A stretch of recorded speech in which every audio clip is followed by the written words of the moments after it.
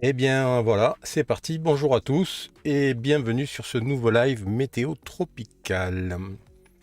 Bon, on est déjà très très nombreux. Ça sent un petit peu la saison qui démarre plus vite que prévu parce que normalement, à cette période-là, on est une vingtaine ou une trentaine à peu près.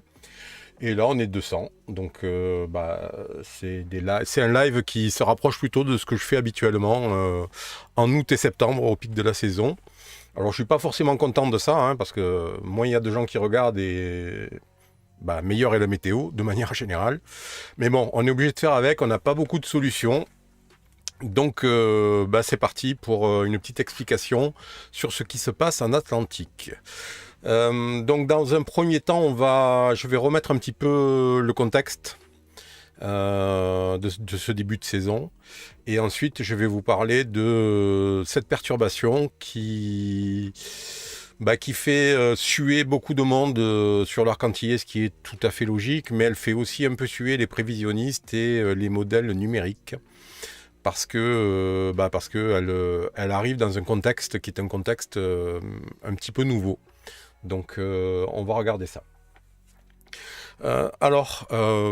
Déjà, on peut tout à fait. Alors attendez, hop, on va faire ça. Voilà, comme ça au moins vous voyez un petit peu mieux le curseur. Donc voilà, on a notre zone de développement probable de la part du NHC. Alors je l'ai déjà expliqué l'année dernière, je le redis une fois de plus, c'est pas un cône d'incertitude. Hein. C'est-à-dire, c'est pas la trajectoire est au milieu et ça pourrait aller là ou là. En fait, quand on a une perturbation comme ça, qui n'est pas encore un système cyclonique, c'est-à-dire dont la rotation du vent autour du centre n'est pas fermée, on n'établit pas de trajectoire, hein. On établit plutôt la zone dans laquelle elle risque de se développer. Et globalement, on peut estimer qu'il y a à peu près autant de chances, enfin de risques, qu'elle se développe ici que ici en fait, d'accord. C'est vraiment un ensemble assez homogène de zones, plutôt que vraiment de dire. C'est pour ça d'ailleurs qu'on n'a pas de traces de trajectoire, contrairement à lorsque le système est nommé. Dans le tracking du NHC, vous avez la trajectoire et autour vous avez un cône d'incertitude qui est lié à l'incertitude essentiellement des modèles, et donc qui est un sujet, on va dire entre guillemets connu, hein, puisque on le chiffre parfaitement, puisqu'on sait que à 48 heures l'incertitude est de temps, à 120 elle est de temps, et ainsi de suite. Donc, on est face à ça et à cette zone d'incertitude de possibilité de renforcement, d'accord. Alors, première chose que l'on va noter, c'est que depuis hier après-midi, hier en fin d'après-midi, j'en ai parlé sur le groupe privé, il y a une tendance qui a commencé à se dégager pour une trajectoire un peu plus tendue vers l'ouest. Je ne sais pas si vous vous souvenez, mais hier, on avait sur le NHC, je vais vous le retrouver. Alors attendez, je vais vous la retrouver sur Twitter et je vais la mettre là. Hop. J'avais une image qui datait. Je vais trouver une image qui datait d'hier. Voilà, d'avant-hier. Hop, celle-là. Hop, si je l'amène ici. Voilà, ça serait bien qu'elle s'affiche. Allez, on s'énerve.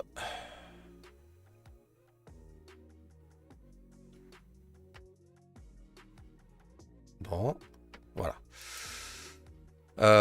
Donc vous voyez, hier en fait, jusqu'à hier en fin d'après-midi, on avait une zone avec un probable développement qui avait cette forme-là. On avait une trajectoire assez ouest finalement, jusqu'à 45 nord, 45 ouest, 50 ouest, et ensuite une remontée un petit peu plus franche vers le nord-ouest, ce qui, à ce moment-là, tendait à faire imaginer que l'arc entier pouvait être un petit peu en dehors du jeu. Malheureusement, on se retrouve dans une histoire où ça a un petit peu changé, enfin même pas mal changé on peut dire, et vous voyez les dernières tendances sont plutôt, alors sur une largeur de probabilité de renforcement bien plus importante, d'accord, donc ça indique qu'il y a de l'incertitude. Contrairement au système nommé, où on a une trace et le cône d'incertitude est fait de manière automatique en fonction de l'échéance, là, ici, c'est quelque chose qui est fait manuellement par les prévisionnistes du NHC. Donc plus ce cône-là est large, ce qui est le cas, hein, vous voyez qu'en bout de course, il fait quasiment la dimension de l'arc entier nord-sud, hein, voire enfin, il fait la distance de l'arc entier nord-sud. On voit bien que il peut se passer beaucoup de choses, hein. En fait, ça peut venir ici et être quasiment passer à proximité de la Barbade, devoir éviter très largement l'arc entier vers le nord. Donc voilà. Première chose, c'est cette tendance que l'on a dans la prévision, et on va la voir après sur les modèles, d'un système qui a une trajectoire, on va dire, moins hachée et plutôt linéaire en fait. Donc on voit, on est passé de l'ouest, plein ouest, à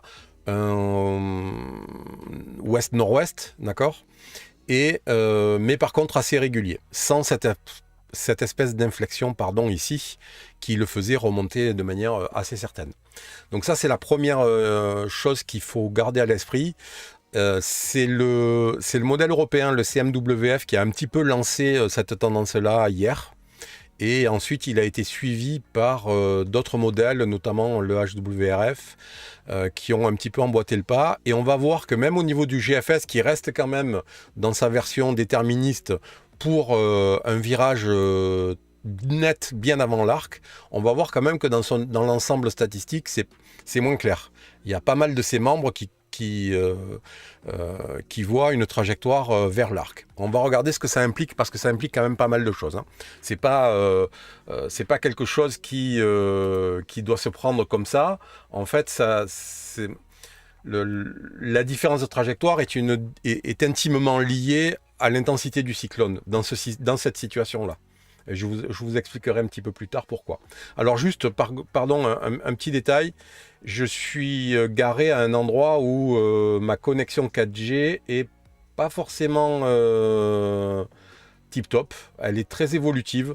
Je vois, des fois je suis à 8 mégas, des fois je descends à 4,5, voire à 3. Donc il peut y avoir des petites sautes dans le flux, notamment au niveau de l'image, parce que le son passera, mais au niveau de l'image, ça pourrait être un petit peu moins facile. Donc ce que je vous conseille de faire, c'est dans votre lecteur YouTube, c'est de venir sélectionner une qualité inférieure dans la vidéo. C'est-à-dire, plutôt que de mettre du Full HD, vous allez vous mettre en 240 ou 360. Ça ne vous empêchera pas de voir ce qu'il y a à l'écran, mais vous aurez un flux qui sera plus stable. Voilà, c'est fin de la parenthèse. Donc on revient à notre petit système ici, et on va regarder un tout petit peu plus en détail l'imagerie satellite. Et parce que c'est relativement important, alors je vais supprimer le cône pour que ça nous gêne un petit peu moins. On se rend compte, alors on va le regarder plutôt avec l'infrarouge, couleur, ça sera un petit peu mieux. On voit que même si là, quand même, depuis quelques minutes, on commence à avoir une convection qui se reforme au centre, en fait, là, depuis 2 heures, en fait. Ça recommence. Bon, là, c'est lié à un phénomène horaire, hein, c'est-à-dire que la nuit, la convection va un tout petit peu baisser, et elle va reprendre dès qu'on va commencer à arriver dans un moment un petit peu plus chaud. Donc là, elle est en train de reprendre. Mais globalement, pour un système qui est, on va dire, relativement avancé dans sa phase de maturation avant sa transformation cyclonique, on a une convection qui est profonde, qui n'est pas très marquée et qui n'est en tout cas pas permanente. Donc ça, ça pose pas de problème très particulier. D'ailleurs, on va regarder un tout petit peu ici pour le voir sur une animation. Hop. Non, c'est parce que j'ai pas pris le bon plot. Voilà, il faut que je prenne le long wave hier. Voilà. Donc vous voyez ici, on a une convection qui est, alors il faut le laisser charger avec cette connexion un petit peu mauvaise. On a une convection qui est quand même pas extrêmement violente. Ok. Et en tout cas, ça démarque beaucoup avec la deuxième perturbation qui est sortie d'Afrique juste derrière, qui elle a une convection profonde assez marquée et permanente. Ça posera d'autres questions qu'on abordera un petit peu plus tard. Pour l'instant, restons là où je voulais en venir. Et par contre, ce qu'on peut voir sur ce loop, c'est que malgré donc la convection n'est pas très très forte, malgré tout, on voit quand même qu'on a une rotation qui est en train de se mettre en place au niveau de la circulation. On voit qu'elle commence à se définir un tout petit peu plus, ce qui indique qu'en effet, on n'est pas très loin du moment où le NHC va décider que c'est plus une onde, mais que c'est devenu une dépression. Je pense qu'elle devrait passer en dépression dans un premier temps, ou peut-être même en potentiel cyclone. Je ne pense pas qu'elle va passer en tempête rapidement. Par contre, là, dans les heures qui viennent, on devrait avoir un passage en cyclone potentiel ou en dépression, parce qu'on voit quand même que la circulation commence à être bien définie, mais il n'y a pas assez de convection pour que la pression descende suffisamment pour créer une tempête. Pour l'instant, on est autour de 1010 à peu près de pression, peut-être un petit peu en dessous, donc c'est pas de quoi fournir une tempête. Donc voilà, les deux éléments vraiment à retenir, c'est ça. Le premier, c'est que pour le moment, on a une trajectoire qui est un petit peu, enfin pas une trajectoire, mais une zone possible de renforcement qui est un petit peu différente en fait, qui commence à être un peu plus tendue vers l'ouest. Et donc la deuxième chose, c'est que la convection n'est pas encore très très forte, ce qui va nous laisser un petit peu de temps d'un côté, mais d'un autre côté, c'est entre guillemets un petit peu embêtant, c'est que ça rend la prévision moins facile. Si on avait une convection profonde, établie, permanente et tout, les modèles pourraient s'accrocher un petit peu plus facilement. Là, ils sont un peu... ils sont un peu dans le dur parce que forcément, on a une situation... donc je rappelle, on a des températures d'eau en Atlantique qui sont très au-dessus de la normale. Alors, je vous ai pas ramené, mais on peut le regarder ici, hein, puisque je l'ai sur le site. Voilà. Donc, on est dans toute cette zone-là, on est à peu près 2 degrés au-dessus des moyennes de la saison, et autour de l'arc, on est à 1,5 degré, pareil, à 2 degrés à peu près au-dessus des moyennes de la saison. Ce qui veut dire que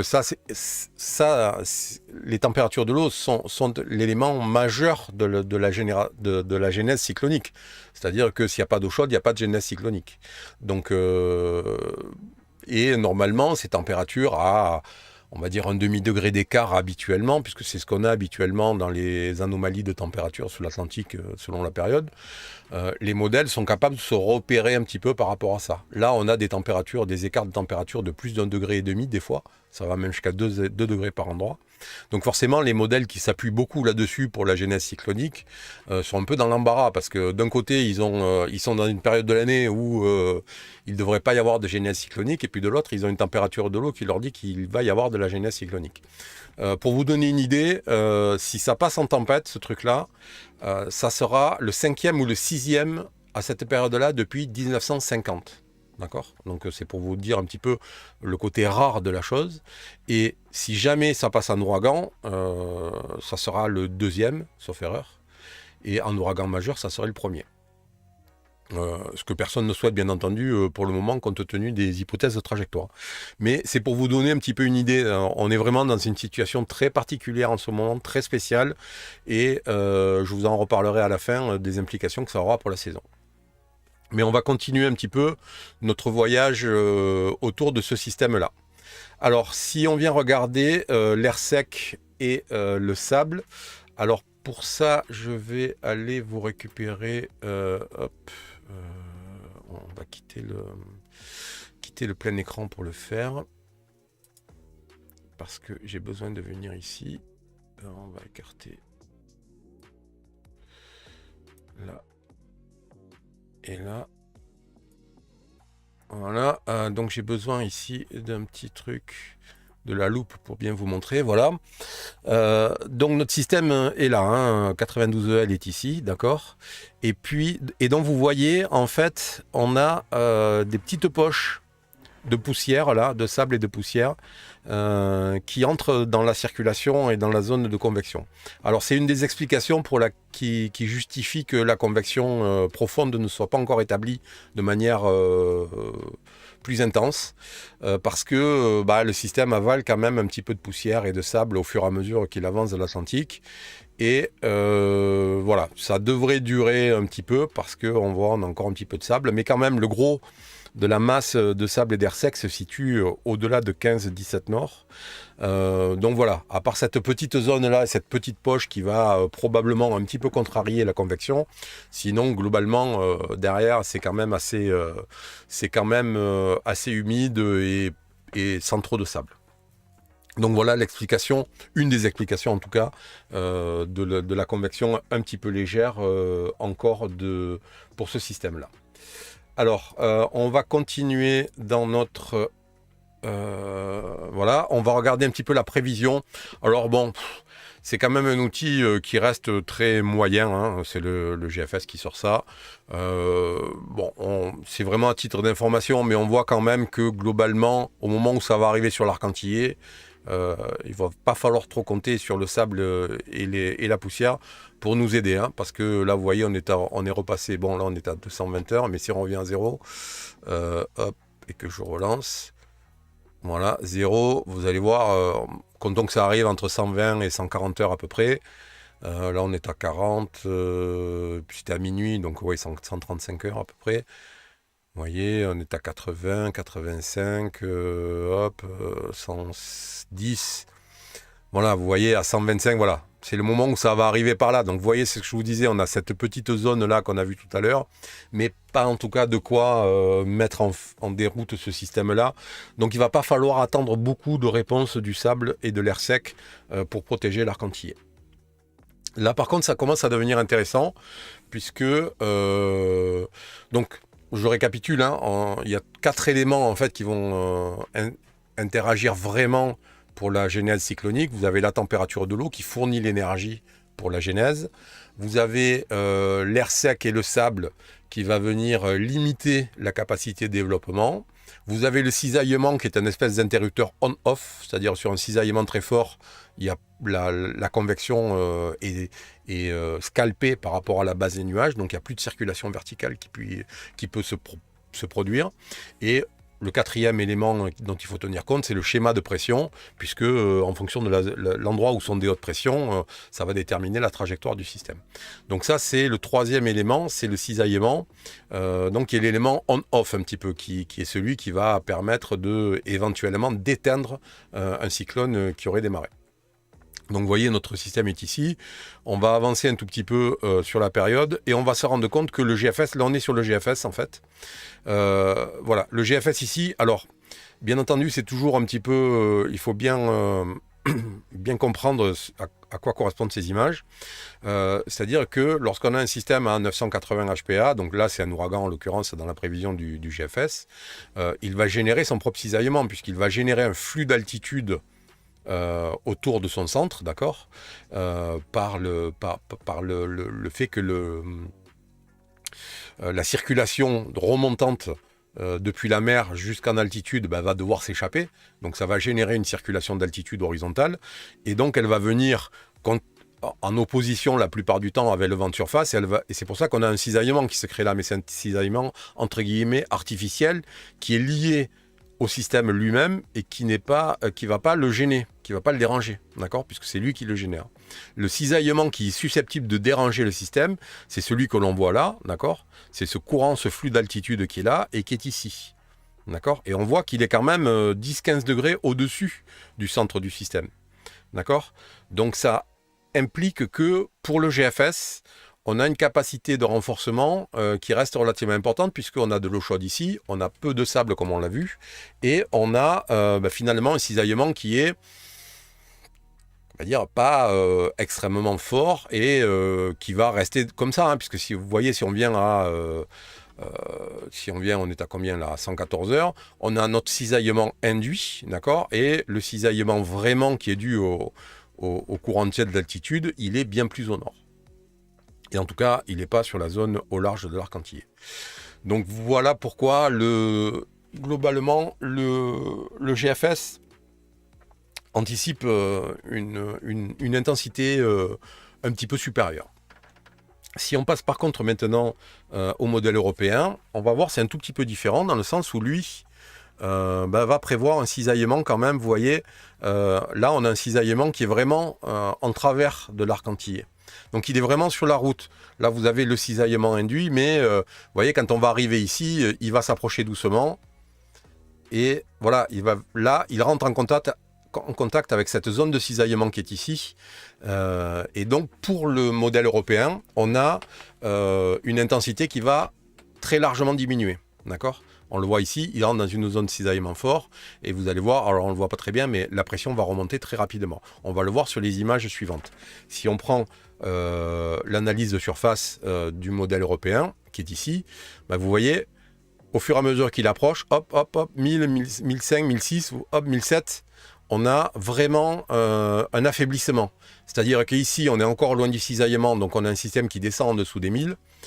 Si on reprend la loupe, on va regarder, mais vous voyez, on est à 991 ici. Et puis, au fur et à mesure que l'on va avancer, pour le modèle européen en tout cas, on va se rapprocher du cisaillement et on va donc baisser en intensité. Ce qui implique, et c'est important de bien prendre ça en compte, parce que ça influe sur la trajectoire en fait. Voilà, on va regarder avec les pressions au niveau de la mer. Vous voyez, on a à ce moment-là, en fait, pour le modèle européen, à 72 heures, on a une haute pression qui n'est pas très marquée. 1024, ça reste quand même assez faible, mais qui est pile poil au-dessus de notre système. Donc, il bloque une éventuelle remontée vers le nord. C'est ce qui explique qu'aujourd'hui, tous les modèles jusqu'à 55 ouest à peu près prévoient une trajectoire plutôt ouest-nord-ouest. Tout simplement parce qu'on a cette zone de haute pression qui est ici et qui l'empêche de remonter vers le nord. Sauf éventuellement, s'il venait à se renforcer de manière très importante, auquel cas, 1024, ça nous amène à 1016 qui est ici. Si on avait un système à 980, par exemple, l'isobar à 1016 ne l'arrêterait pas. Il serait capable de le repousser un tout petit peu, donc d'augmenter le gradient de pression ici, et de pouvoir remonter un petit peu plus au nord. On va voir que c'est un petit peu ce que le GFS prévoit. Mais, comme pour le modèle européen, vous voyez, on va rester entre 990. Là, vous voyez, voilà, on a un renforcement ici, l'intensité augmente, ça descend autour de 992 et vous voyez de suite, hop, on a une petite remontée vers le nord. Et c'est ce que je vous disais, vous voyez, là on a le 1014, là on a le 1016. Là, à 995, il est capable de repousser un tout petit peu ces isobars-là. Sauf que à ce moment-là, il entre dans une zone de cisaillement, il faiblit et donc il n'est plus capable de repousser ces zones de haute pression, d'autant plus que notre zone de haute pression ici, d'après le GFS, d'après le modèle européen toujours, on va voir le GFS après, c'est maintenu, elle est passée en 1025-1026 et surtout c'est élargi. Donc en fait, il n'y a plus vraiment d'échappatoire pour un système pas très puissant pour pouvoir remonter et contourner, en tout cas repousser cette zone de haute pression de l'autre côté. Donc l'hypothèse du modèle européen, c'est une trajectoire assez ouest, tout simplement parce que le système ne peut pas se renforcer à cause du cisaillement. Maintenant, si on regarde la même chose pour... c'est pas ce que je voulais faire. Pour le modèle européen, on est ici, on va voir que c'est un tout petit peu différent. Alors, la première chose, c'est que le modèle européen, comme on a vu tout à l'heure, il voit un cisaillement moins fort. Donc dès 60 heures, il est déjà à 994, alors que le modèle européen le voyait à 995 au pic, à 72, voire 84 heures. Donc là, on a déjà un système qui est un peu plus puissant. La configuration pour le GFS au niveau de la bulle de haute pression ici, de l'anticyclone, est à peu près la même que tout à l'heure, mais par contre, elle va un petit peu évoluer. D'accord ? C'est-à-dire que là, à ce moment-là, pour le GFS, on a un renforcement très important de ce système-là, puisqu'on est à 979, parce qu'on a du cisaillement, comme on a vu tout à l'heure, qui est beaucoup plus au nord. Et vous voyez ici, en fait, on a deux isobars à 1020, un ici et un ici, qui indiquent qu'entre les deux, on a à peu près 1016 là, et que donc un système à 980 HPA avec 1016 au-dessus de lui, il est capable de le repousser. Et c'est exactement ce qu'il va faire si on continue à avancer. Vous voyez, dans l'esprit du GFS, en fait, il va continuer à se renforcer, puisqu'on est à 975, et donc il va être capable de remonter. Et donc du coup continuer et là on est à 950, donc forcément les hautes pressions sont repoussées pour le coup vers l'est pour le laisser passer, parce que ça devient un système qui est vraiment très creux, et après doucement il va il va un petit peu rebaisser puis reprendre. Mais voilà un petit peu. Vous voyez, les deux approches différentes des deux modèles, elles ne tiennent pas à grand-chose en fait. Elles tiennent à une zone de cisaillement qui est un tout petit peu plus au nord pour le GFS que pour le modèle européen. Et un schéma de pression, de haute pression au nord du système qui est un petit peu plus favorable à une remontée au nord pour le GFS que pour le modèle européen. Alors, autant vous le dire de suite qu'à 120 heures, ces différences minimes, elles n'ont pas... on peut pas s'appuyer dessus en fait. Parce que ça se joue à trop peu de choses. À 120 heures, il peut y avoir pas mal de choses qui vont changer et on pourrait se retrouver... l'hypothèse du GFS pourrait être infirmée avec finalement une pression un petit peu plus haute ici et un cisaillement un petit peu plus fort et donc une trajectoire assez proche de celle de l'ECMWF du modèle européen. Et avec, pour le coup, un renforcement moindre, puisque s'il y a du cisaillement, il y a moins de développement. Et idem pour le modèle européen, qui pourrait se retrouver dans une situation un petit peu différente, avec un cisaillement un peu plus au nord, et un petit peu plus de place, donc pour que le système remonte plus au nord là. Donc ça va se jouer entre ces deux hypothèses, clairement, il n'y a pas de troisième voie, il n'y a pas de plan C.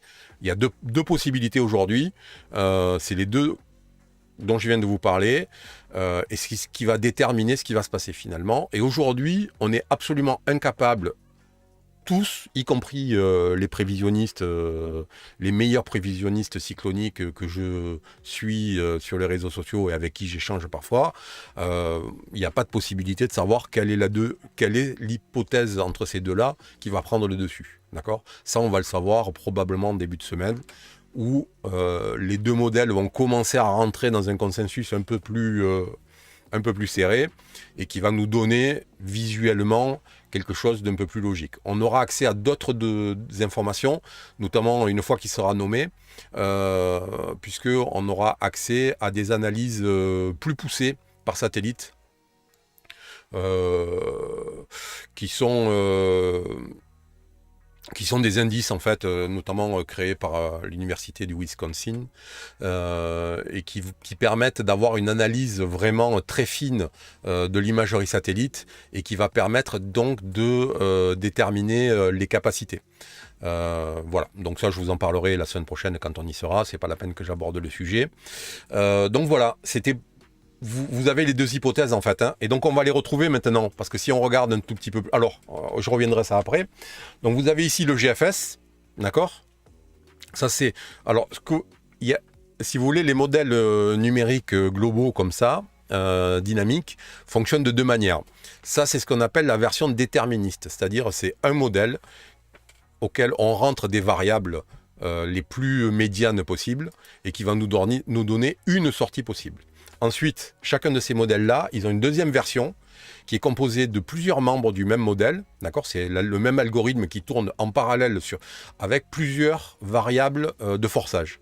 C'est-à-dire, par exemple, on va modifier légèrement l'évolution de la température de l'eau et différentes choses. Et donc, ça va faire évoluer la prévision en fonction de tout ça. Vous voyez ? Ça, c'est chaque membre du modèle. Et donc, chaque membre va correspondre à un forçage de variables particulier. Et on se rend compte que même au sein d'un même modèle, donc ici le GFS, on a exactement la même dichotomie que l'on a que l'on a vu tout à l'heure. C'est-à-dire on a une moitié des membres, grosso modo, qui part pour un renforcement. Vous voyez, on voit très bien. Là, les membres qui prévoient un renforcement prévoient un virage très nord, et les membres qui prévoient pas trop de renforcement prévoient de traverser l'arc en, on va dire, dépression ou tempête éventuellement. Donc vous voyez, on a exactement... Même au sein d'un même modèle, on a exactement ce problème en fait. On n'a pas de consensus. On a deux consensus qui se dégagent, mais qui sont très différents l'un de l'autre. Et si on va maintenant vers le modèle, le CMWF, vous voyez, c'est un petit peu la même chose, sauf que pour lui, il y a quand même beaucoup plus de membres qui prévoient une trajectoire ouest qu'une trajectoire nord. Mais c'est toujours la même histoire. Ceux qui prévoient une trajectoire nord sont ceux qui prévoient une intensité très forte. Vous voyez, ceux qui prévoient une intensité faible, forcément, la trajectoire sera beaucoup plus impactée par les hautes pressions au nord que pour une intensité plus forte. Et vous voyez, les deux modèles, ils ont eux aussi cette même question et qu'ils n'arrivent pas à résoudre en fait. C'est pour ça que je dis, aujourd'hui, on n'est pas dans la capacité de dire quoi que ce soit. il faut attendre, il faut regarder, attendre et patienter parce que les gens qui disent ben non, ça va éviter l'arc ou non, ça va traverser l'arc, ils ont potentiellement les deux raisons en fait. C'est comme ce que j'ai dit hier à quelqu'un qui m'emmerdait un petit peu sur Twitter, qui faisait des affirmations comme quoi ça passerait pas sur l'arc. J'ai dit oui, vous avez peut-être raison, je dis pas le contraire, mais comme une montre cassée, donne l'heure juste 2 fois par jour, quoi. Vous n'êtes pas capable d'étayer ce que vous dites, si ce n'est je pense que. Bon, et les avis en météo, en prévision cyclonique, j'ai tendance à dire qu'on s'en fout un peu, y compris du mien. On est bien d'accord. Donc voilà. Pour l'instant, ce qu'on sait, il y a des faits et il y a des prévisions des modèles numériques et on voit bien qu'ils butent sur la même question. C'est-à-dire, et cette question, elle ne tient qu'à une chose, c'est le niveau de cisaillement au nord de l'arc antillais. Voilà. C'est le cisaillement qui va déterminer ce qui va se passer. Si le cisaillement est un peu plus faible ou un peu plus au nord, c'est cette hypothèse-là qui va prendre le dessus. Un renforcement assez marqué et un infléchissement au nord. Si le cisaillement est un petit peu plus au sud et un peu plus marqué, on n'aura pas un gros renforcement et donc une trajectoire plus ouest. Alors, le problème qu'il y a là, c'est-à-dire que ces deux options-là, en fait, elles ne sont pas très dangereuses pour l'arc en soi-même. Parce que soit ça évite l'arc si on a un gros système, on aura de la houle, du mauvais temps, peut-être un peu de pluie, et dans ce cas-là, de la pluie probablement, mais pas beaucoup de vent et pas beaucoup de mauvais temps. Sauf qu'il pourrait y avoir une hypothèse, j'espère que ce n'est pas celle qui va se passer, mais potentiellement une hypothèse qui pourrait consister à dire que jusqu'à 120 heures à peu près, on a un cisaillement assez fort sur toute la zone là. Donc il ne se renforce pas, donc il continue droit vers le centre de l'arc antillais. Et le cisaillement diminue de manière assez importante sur les heures qui suivent. Et donc on a un renforcement très fort à proximité de l'arc et une remontée du coup assez rapide. J'ai pas besoin de vous faire un dessin, tout le monde sait quel cyclone dans les temps il y a quelques années a eu un petit peu ce genre de choses.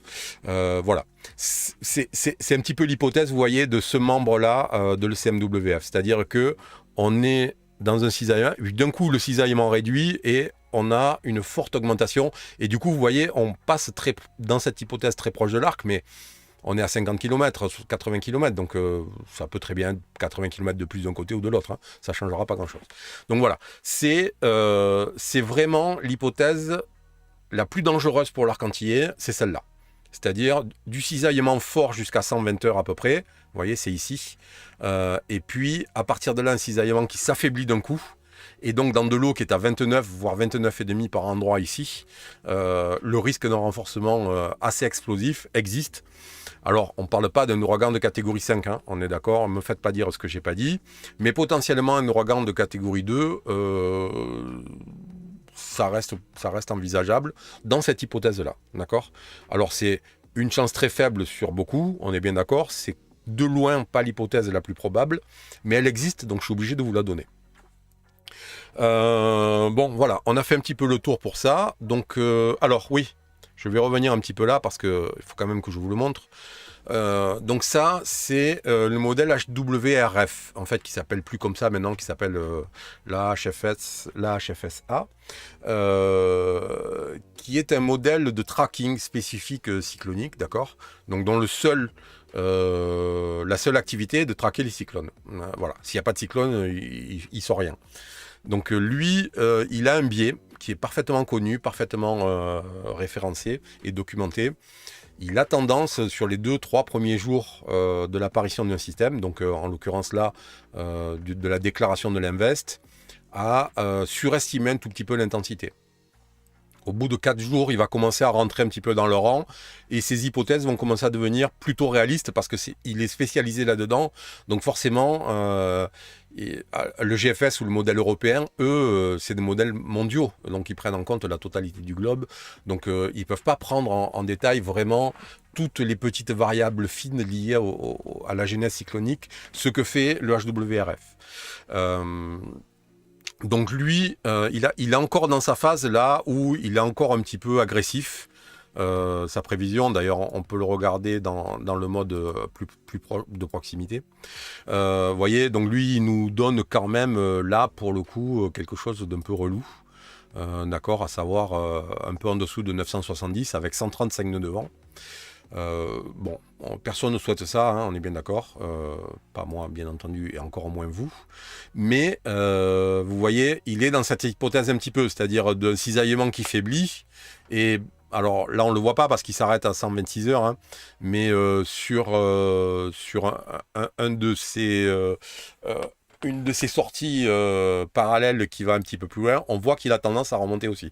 Et d'ailleurs, on va le voir, hein, si on revient sur l'image précédente, si on prend la version par an, hop, on le voit bien, vous voyez, si je reviens un petit peu,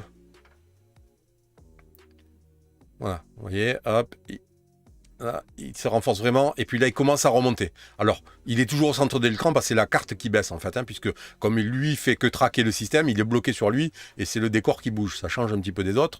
Mais vous voyez, il remonte quand même rapidement, puisque là, à ce moment-là, il est sur 12-13 nord, et que là, ici, il est déjà sur 16-17. Donc vous voyez, il a gagné 4 degrés, 4 degrés et demi. Là, il est vraiment sur une trajectoire nord-ouest à ce moment-là. Donc, lui, il est un peu la visualisation de l'hypothèse que je vous donnais tout à l'heure et de la pire qui pourrait arriver pour l'arc antillais. Donc on n'en fait pas notre favori et de loin, clairement, mais on garde un œil dessus parce que si demain il continue à nous proposer ça, va falloir commencer à se poser un petit peu quelques questions quand même, parce que ça voudra dire que finalement, c'est pas gagné, quoi. Donc voilà, qu'est-ce que je voulais vous montrer d'autre? Voilà, donc ça c'est la prévision d'intensité de la plupart des modèles.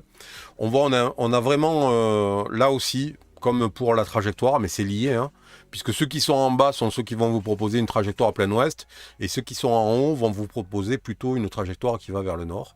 Donc vous voyez, on a deux hypothèses assez marquées. Alors, dans ceux qui vous proposent une hypothèse vers le nord, il y en a quelques-uns qui prévoient un passage sur le nord de l'arc quand même, hein. C'est pas parce qu'ils prévoient nord que ça évite l'arc en fait, hein. Mais on est quand même sur, si ça doit se renforcer, sur un renforcement en ouragan à 72 heures, vous voyez ici, même à partir de 60. Un passage potentiel en catégorie 2 à 96 heures et potentiellement pour certains un catégorie 3, donc on passe un ouragan majeur à 108 heures, sachant que la prévision d'arriver sur l'arc ou de l'éviter, mais enfin dans la zone, c'est 135, entre 130 et 145 heures à peu près, hein. Donc 130-145 heures, vous voyez, c'est à peu près ici. Et pour tous ceux qui sont là, on est catégorie 2, catégorie 3, voire un catégorie 4 pour l'HWRF dans une autre version. Mais donc voilà, c'est assez tendu, hein, comme situation. Je ne vais pas vous le cacher.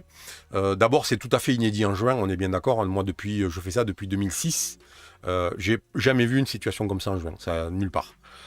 Début juillet, on a pu commencer à voir Chantal, par exemple, quelques petits systèmes qui sont arrivés, qui ont touché l'arc, mais un système qui menace de devenir un ouragan majeur globalement 20 et quelques juin, c'est totalement inédit dans les statistiques, et donc du coup, je suis vraiment dubitatif face à ça. Et les modèles le sont, hein, forcément, et les autres, et les prévisionnistes en général le sont. Donc voilà, il va falloir attendre maintenant, prendre son mal en patience jusqu'à demain ou mardi, et que notre système soit considéré comme un cyclone, et que donc les outils dont je vous parlais tout à l'heure, le Dvorak et d'autres, puissent commencer à être activés et qu'on commence à y voir un petit peu plus clair. Voilà. Et puis notamment voir un petit peu, on va rentrer là on est dans une prévision à 5 jours pour le cisaillement, qui est une prévision trop longue. Le cisaillement, au-delà de 5 jours, à partir de 5 jours, on n'a plus de visibilité quasiment du tout. Parce que là c'est pareil, il y a beaucoup de choses qui entrent en jeu. Et les modèles spécialisés dans le cisaillement, donc le chip notamment, à 5 jours, clairement, c'est pas leur truc. Donc à partir de lundi, mardi, on aura une hypothèse de cisaillement un petit peu plus affinée, un petit peu plus réaliste. Et donc, on pourra en tirer des conclusions un petit peu plus définitives en ce qui concerne l'intensité et par la force des choses, la trajectoire. Voilà. En attendant, il faut faire avec, il faut faire un peu le dos rond. Moi, je vous dis juste une chose, après vous en faites ce que vous voulez. Si j'étais dans les Antilles, notamment entre la Guadeloupe et les îles du Nord, je commencerai un petit peu à réfléchir à comment m'organiser si jamais ça venait à dégénérer un petit peu. Rien ne dit que ça va le faire, mais je commencerai quand même à réfléchir un peu. Voilà. Parce que si on attend mardi et que tout le monde se décide en même temps pour se mettre un peu en protection, ça va vite devenir le foutoir. Donc commencez déjà dimanche matin à établir un petit plan d'urgence de ce que vous avez à faire, une petite liste des choses que vous avez à faire, rentrer vos meubles de terrasse et compagnie. Pas le faire, hein, bien entendu, on est à une semaine, ça ne s'agit pas d'anticiper trop, mais commencez à réfléchir, à faire votre petite checklist ou télécharger celle qui est sur mon site pour commencer à vous mettre au clair avec ça. Si ça venait, la seule petite chance qu'il y a que ça tourne très mal, si elle venait à se produire, bah vaut mieux que vous l'ayez fait plutôt que pas, quoi. Hein. Clairement, ça semble être une évidence. Donc voilà. La Martinique, je pense que c'est moins évident parce que si ça devait toucher la Martinique, ça serait pas un système très fort. Donc bon, jusqu'à une petite tempête, on n'a quand même pas besoin de se mettre en situation de secours, à part les gens qui sont sur des bateaux. Voilà. Mais si vous êtes en bateau sur le nord de l'Arc, commencez à vous poser quand même des questions et à anticiper un éventuel déménagement plus au sud. Ou au moins vous mettre en sécurité dans une zone où vous serez un petit peu moins impacté au cas où ça vienne à passer pas très loin de vous. Voilà.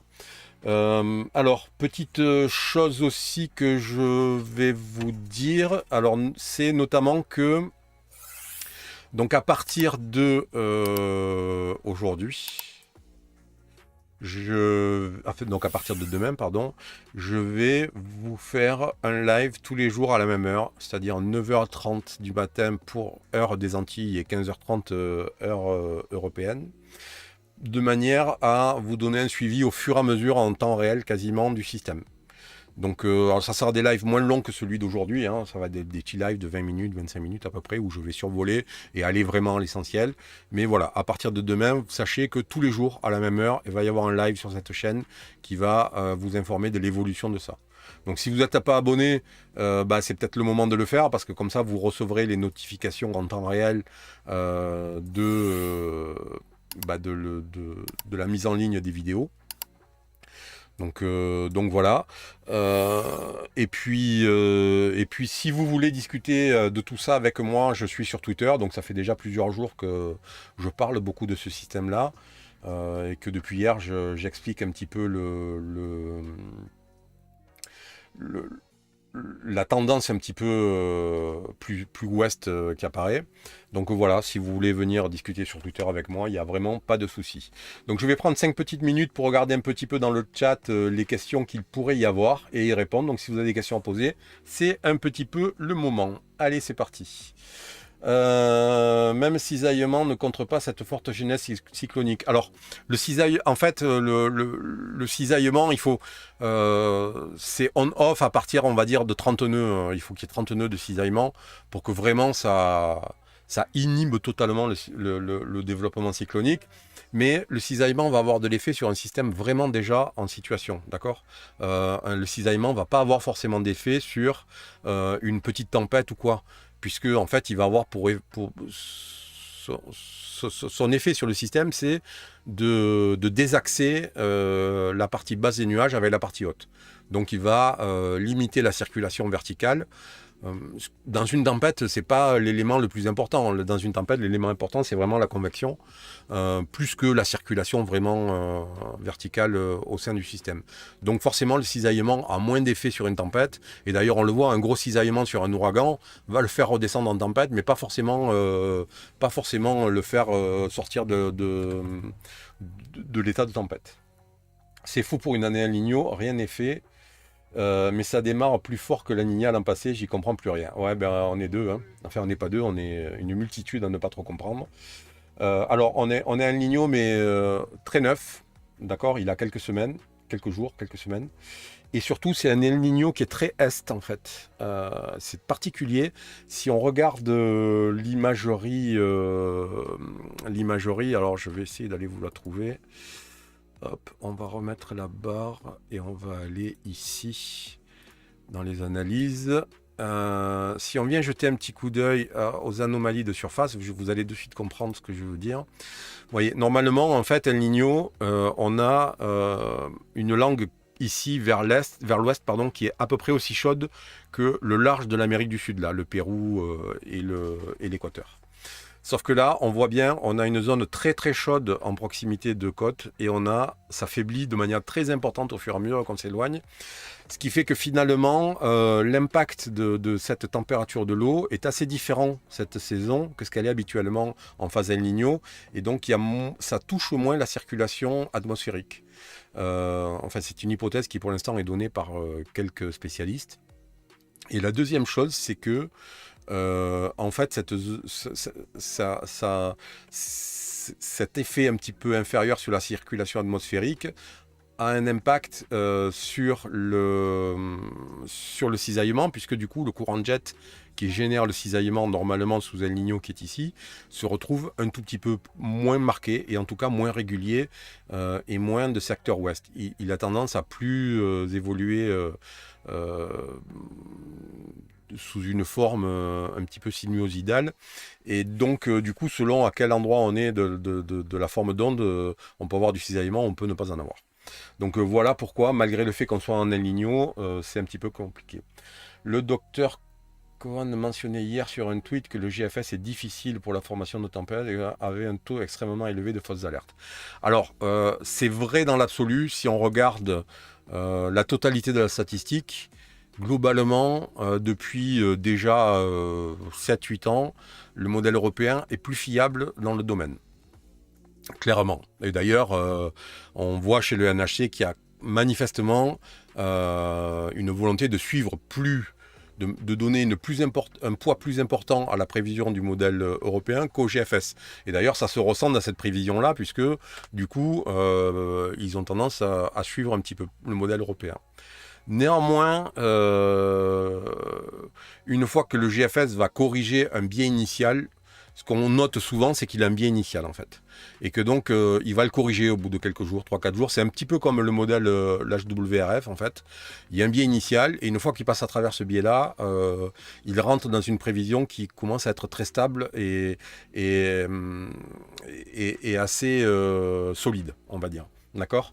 Donc oui, il a raison. D'abord, il a toujours raison, hein, parce que c'est quand même un climatologue, un spécialiste de la genèse cyclonique vraiment très performant.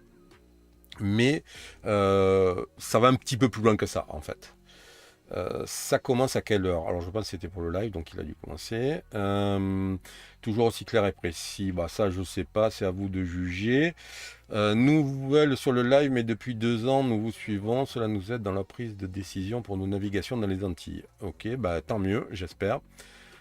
969 de pression, c'est potentiellement on va dire, c'est potentiellement un ouragan majeur. Catégorie 3, entre catégorie 2 et 3.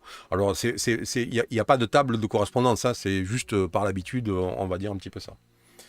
Un système peut-il se booster à 72 heures? Bah oui, alors d'autant plus s'il a s'il a de l'eau chaude, hein, bien entendu. Donc oui, on peut avoir un effet de renforcement explosif en 2 jours à peu près, sans problème. Merci Olivier pour ton live, tu en refais. Bon, ben j'ai répondu, donc là c'est tous les jours à partir de demain. Bonjour, affaire à suivre de très près pour nous à Saint-Barth. Oui, je pense qu'en effet c'est important de suivre ça de très près. Merci, merci de vos merci. Quid de la sortie d'Afrique suivante? Ah ben oui, voilà, on y est. J'avais un petit peu oublié ça. Je vous en ai parlé un petit peu tout à l'heure, mais pas suffisamment. Donc on va revenir ici pour regarder ça d'un tout petit peu plus près. Tac. On va fermer cette fenêtre là et on va revenir sur l'imagerie satellite. Voilà. Donc je vous ai glissé un petit mot tout à l'heure là-dessus. Donc vous voyez, on a notre Invest qui est ici. Et derrière, depuis hier, il y a une perturbation avec une grosse convection qui est sortie. Alors qui commence à rencontrer un petit peu des problèmes là de convection. Ça pose des questions et surtout ça contribue à poser des problèmes au modèle en fait, parce que c'est loin et pas loin en même temps, d'accord. On est à entre 500 et 1000 km à peu près, Donc vous voyez, cette zone-là interagit, la zone à l'avant, la convection à l'avant interagit clairement avec la convection à l'arrière de 92 L. Donc c'est très très difficile aujourd'hui de prévoir ce qui pourrait se passer. Pour l'instant, aucun modèle ne les voit un petit peu fusionner entre guillemets, et il y a quelques modèles qui commencent à frétiller entre guillemets sur le fait qu'elles pourraient se renforcer, dont notamment un petit peu le CMWF, puisque vous voyez, on le voit bien, hein, vous voyez à l'arrière, on a voilà, le CMWF tique un petit peu sur ce système-là, il ne le donne pas en développement. Alors, ce qui pourrait se passer, en fait, c'est assez simple, c'est que logiquement, à l'arrière, il bénéficie de certaines choses, d'accord. Donc, il bénéficie du fait que le système à l'avant va humidifier beaucoup l'atmosphère, donc il y a potentiellement moins d'air sec et de sable. Mais si le système à l'avant se développe et se renforce, il va générer du cisaillement, c'est ce que je vous ai montré tout à l'heure, et donc le système qui est derrière va se le prendre en pleine poire en fait. Et donc ça, il ne va pas aimer du tout. C'est pour ça qu'on a rarement un système qui peut se renforcer lorsqu'il suit un système beaucoup plus puissant à l'avant que lui. Et la deuxième chose, c'est que ce système-là, s'il se renforce, il va venir faire deux choses sur l'eau de surface. Il va brasser l'eau, donc il va la rafraîchir. Et la couverture nuageuse qui est ici va aussi empêcher la radiation solaire et donc va rafraîchir légèrement l'eau. Donc ce système-là peut potentiellement, si 92L se renforce, le système qui est derrière va avoir de l'air plus humide, favorable, mais par contre il va avoir du cisaillement plus fort et de l'eau plus fraîche. Donc a priori, le risque pour qu'il se renforce est quand même relativement faible. Donc voilà, pour la deuxième perturbation, donc on vient d'en parler. Demain sur le starting block, la grosse convection peut-elle donner lieu à un événement majeur? Non, non, franchement, pour l'instant, rien n'indique que ça pourrait se passer. Alors encore une fois, hein, sur ce que l'on a et sur ce que l'on voit, mais sur les données que l'on a, mais bon. Si le phénomène arrive, il serait prévu pour quand sur les îles du Nord? Je vous ai dit entre 130 et 150 heures à peu près. Je n'ai pas réussi à t'envoyer mon message par Twitter, donc je te pose la question ici. Que penses-tu d'un départ en transat, retour à partir de maintenant, après le passage depuis la Martinique vers les Açores? On en discutera sur Twitter, donc il faudra me reposer la question sur Twitter, parce que là, ça intéresse vraiment qu'une seule personne, donc on ne va pas aborder ce sujet-là. Je suis sur mon bateau Marina Bas du Fort en Guadeloupe. Dois-je envisager de descendre me mettre à l'abri vers Sainte-Lucie? Pour l'instant, non. Dans l'état actuel des choses, pas forcément, mais c'est une décision qui pourrait être prise en début de semaine prochaine, d'ici 2 jours à peu près, d'ici 48 heures. Si jamais on a une hypothèse de cisaillement qui diminue et que donc qui diminue vers la fin de la traversée, on pourra avoir un passage, en effet, pas loin de la Guadeloupe. Donc on prend la décision de ne pas se prendre maintenant, c'est trop tôt, mais on y penser, oui, ça me semble être nécessaire. Le deuxième système, on en a parlé. Y a-t-il une autre onde à suivre derrière? On en a parlé. Bonjour Hervé. Où est-ce qu'on peut trouver ton avis sur une cartographie précise ou crédible de la couverture de nos nuageuses? En Dominique, on s'inquiète plus pour les pluies que pour le vent sur ce type de prévision. Pour l'instant, les pluies, je communiquerai dessus sur Twitter pas mal, et puis sur les prochains points que je vais faire, j'aborderai au fur et à mesure les impacts possibles sur les îles. C'est ça l'intérêt après, c'est que je me concentre uniquement là-dessus, et je fais des points plus courts, mais je rentre vraiment dans le détail des impacts qui sont attendus et possibles. Le système qui est sorti d'Afrique peut-il rejoindre? Donc ça, on en a parlé. Je dois voyager vers Miami. Non, a priori, pas de raison pour le moment. On va attendre un tout petit peu. De toute façon, si ça doit passer sur le nord de l'Arc-en-Ciel, les aéroports sont fermés. Donc voilà. Mais on le saura assez rapidement. Le HWRF voit un gros système dans le passé. Ont-ils été fiables au niveau intensité? Oui. C'est ce que j'expliquais, le HWRF, à partir du 4e jour à peu près, il commence à se caler vraiment, et donc les intensités commencent à se rapprocher de celles des autres, et ils sont assez proches du consensus, et finalement assez proches de ce qui se passe. L'Invest 92L va-t-il moins vite que prévu? Non, a priori, ça ralentit un tout petit peu, mais c'est pas marqué. Ce système très tôt dans la saison changerait-il quelque chose aux prévisions pour la suite de la saison? Pas forcément, parce que en fait, c'est ce que j'indiquais lors du live de la semaine précédente, c'est-à-dire que cette eau chaude peut potentiellement créer un début de saison beaucoup plus actif que ce qu'on a l'habitude de voir. Donc ça, c'est vraiment quelque chose qui pourrait se passer. Mais d'un autre côté, l'arrivée d'un El Niño de plus en plus fort pour la fin de saison pourrait amener un peu plus de calme à partir du mois de septembre-octobre et donc calmer la fin de la saison. Donc globalement, on pourrait avoir une saison qui est dans l'ensemble assez proche des prévisions en termes de nombre de systèmes et d'énergie, mais qui pourrait être totalement inversée par rapport à l'habitude. C'est-à-dire d'habitude, on a des systèmes plutôt vers le mois d'août, septembre-octobre, et là on pourrait avoir plutôt des systèmes vers juin, juillet, août, et un petit peu moins en fin de saison. Donc c'est plutôt sur le déroulement que ça pourrait jouer que sur le rendu total de la saison en termes de nombre de systèmes. Ok, bon bah écoutez, j'ai répondu à toutes vos questions, donc voilà, ça fait 1 heure qu'on y est, je pense qu'on va arrêter là. Moi j'ai besoin un petit peu de m'hydrater parce que j'ai la gorge sèche à force de parler. Donc voilà, vous savez tout ce qu'il y a à savoir sur ce système-là. Je ne peux pas vous donner beaucoup plus d'informations parce que j'ai rien de plus. Donc rendez-vous demain à la même heure pour ceux qui voudront voir les évolutions. Je pense qu'on aura un système ou nommé ou un cyclone potentiel à ce moment-là. A priori, d'ici demain, si la convection se renforce un tout petit peu ces prochaines heures, on devrait ne pas y échapper. Donc voilà, merci à tous. Je vous souhaite un bon dimanche quand même. Je sais que c'est pas très simple parce que quand on a un petit peu un petit peu l'esprit à ça, ben, on a un peu de mal à se détendre et à penser à autre chose.